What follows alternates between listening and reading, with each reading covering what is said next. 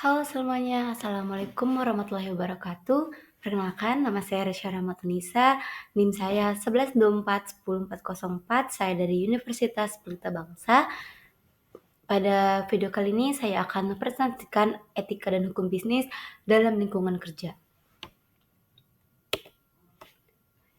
Sebelumnya kita jelaskan apa sih yang dimaksud dengan etika dalam bisnis. Etika bisnis itu etika bisnis adalah prinsip moral dan nilai-nilai yang mengatur perilaku dan keputusan dalam dunia kerja atau bisnis. Contoh prinsip etika dalam lingkungan kerja ada integritas, maksudnya itu jujur dalam bekerja dan tidak manipulasi data. Yang kedua ada keadilan, tidak mendiskriminasi rekan kerja berdasarkan ras, gender, agama, dan lain-lain. Jadi secara tidak langsung kita tidak boleh membedakan antara misalnya dari segi kulit, penampilan, atau lain sebagainya.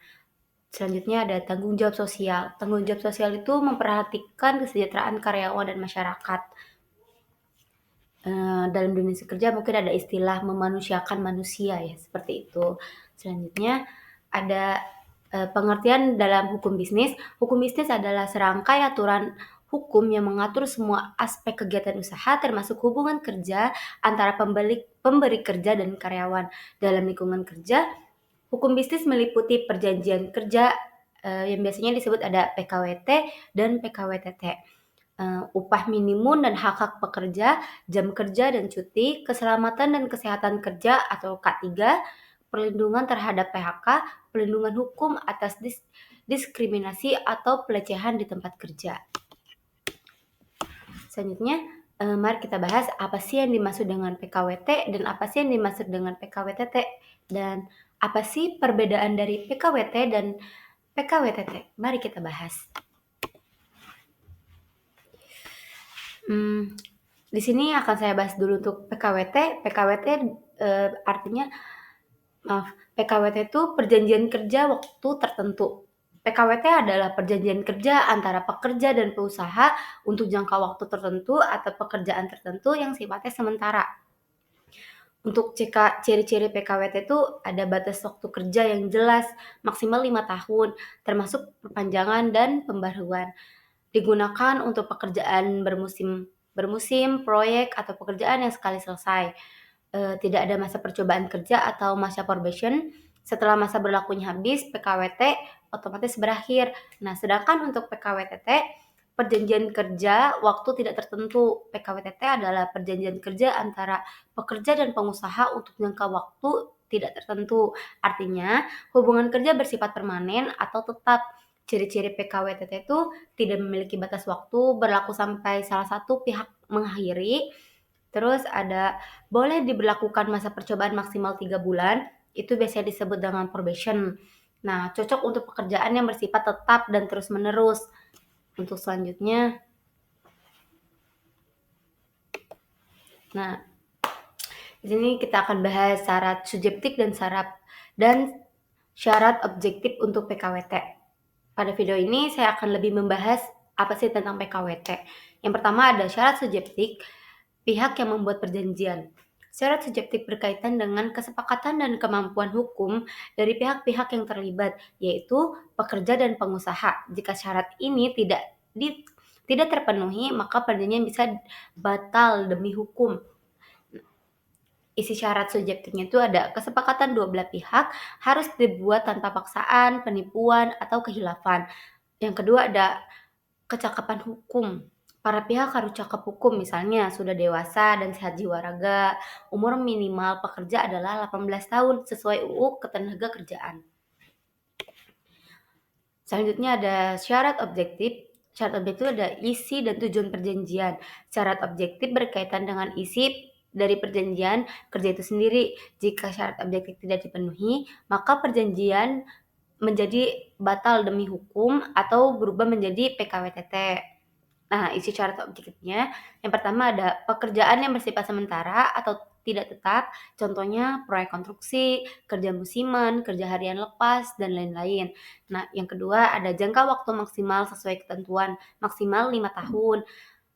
termasuk perpanjangan dan pembaharuan. Yang ketiga, harus dibuat secara tertulis dalam bahasa Indonesia, termasuk harus didaftarkan ke instansi ketenagakerjaan. Yang keempat, tidak boleh ada masa percobaan kerja. Masa percobaan hanya untuk PKWTT, seperti yang di halaman sebelumnya ada. Kalau di PKWT tidak ada masa percobaan atau disebutnya probation. Nah, kalau di PKWTT dia ada masa percobaannya, biasanya tuh kurang lebih 3 bulan. Tapi bisa jadi berbeda-beda perusahaan, mungkin berbeda juga peraturannya. Nah, selanjutnya kita bahas hubungan kerja. Hubungan kerja adalah hubungan antara pekerja dengan pengusaha yang terjadi berdasarkan perjanjian kerja yang mengandung unsur ada pekerjaan, upah, dan perintah. Perintah kerja dari pemberi kerja. Selanjutnya ada relevansi PKWT dengan konsep hubungan kerja. PKWT adalah salah satu bentuk perjanjian kerja yang secara langsung menciptakan hubungan kerja antara pekerja dan pengusaha. Artinya, begitu PKWT disepakati dan ditandatangani, maka terbentuklah hubungan kerja sah secara hukum selama jangka waktu tertentu. Analisis terhadap praktik PKWT di Indonesia menunjukkan bahwa meskipun secara hukum PKWT diatur dalam Undang-Undang Ketenagakerjaan dan UU Cipta Kerja, implementasinya di lapangan seringkali tidak sejalan dengan prinsip-prinsip etika dan hukum bisnis seperti keadilan, transparansi, dan tanggung jawab. Nah, di sini nanti kita akan bahas analisis lebih mendalamnya. Untuk analisis lebih mendalamnya, analisis terhadap praktik PKWT di Indonesia menunjukkan bahwa meskipun secara hukum PKWT diatur dalam Undang-Undang Ketenagakerjaan dan UU Cipta Kerja, implementasinya di lapangan seringkali tidak sejalan dengan prinsip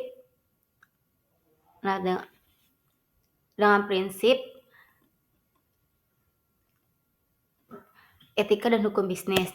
Kita lanjut. Nah, yang pertama ada prinsip tanggung jawab. Secara hukum, perusahaan berkewajiban memberikan upah sesuai UMR, menyediakan jaminan sosial atau BPJS, mematuhi durasi maksimal PKWT. Dalam prakteknya, ada perusahaan yang tidak mendaftarkan pekerja kontrak ke BPJS. PKWT dijalankan secara terus-menerus tanpa peralihan ke PKWTT meskipun pekerja sudah bertahun-tahun. Tanggung jawab moral untuk menjamin kesejahteraan sering diabaikan. Mungkin tidak di semua perusahaan terjadi, tapi mungkin ada di beberapa perusahaan yang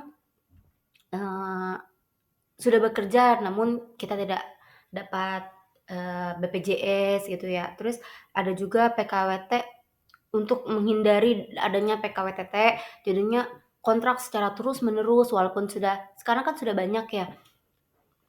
Di salah satu contoh di perusahaan yang sedang saya bekerja, saya tidak bisa menyebutkannya di mana perusahaannya, sekarang tuh sistemnya 5 tahun dengan off minimal 6 bulan tuh sudah bisa bekerja lagi. Jadi tidak ada batasan 5 tahun, minimal dia sudah off, masuk kembali ke perusahaan sudah di tahun berikutnya. Nah, itu mungkin untuk menghindari peralihan ke PKWTT. Seperti itu. Selanjutnya ada prinsip keadilan. Secara hukum, PKWT dirancang untuk pekerjaan yang bersifat sementara agar perusahaan fleksibel dan tetap memberi hak-hak dasar pekerja. Dan praktiknya, banyak perusahaan menyalahgunakan PKWT untuk menghindari status karyawan tetap atau PKWTT. Bahkan untuk pekerjaan yang bersifat permanen seperti kasir, administrasi, teknisi, security, dan lain, dikontrak secara berulang tanpa diangkat tetap. Betul sekali. Saya bekerja sebagai administrasi di sebuah perusahaan, mungkin masih bersifat PKWT yang dikontrak secara berulang-ulang tanpa adanya pengangkatan menjadi PKWTT. Nah, selanjutnya ada prinsip transparansi. Secara hukum, PKWT harus dibuat tertulis, mencantumkan durasi kerja, jenis pekerjaan, hak dan kewajiban pekerja, gaji dan fasilitas lainnya. Dan di prakteknya itu banyak pekerja tidak menerima salinan kontrak kerja, banyak informasi hak dan durasi kerja sering tidak disosialisasikan dengan jelas. Ada kasus perusahaan yang mengganti kontrak tanpa persetujuan karyawan. Nah, untuk poin yang ketiga, itu betul sekali.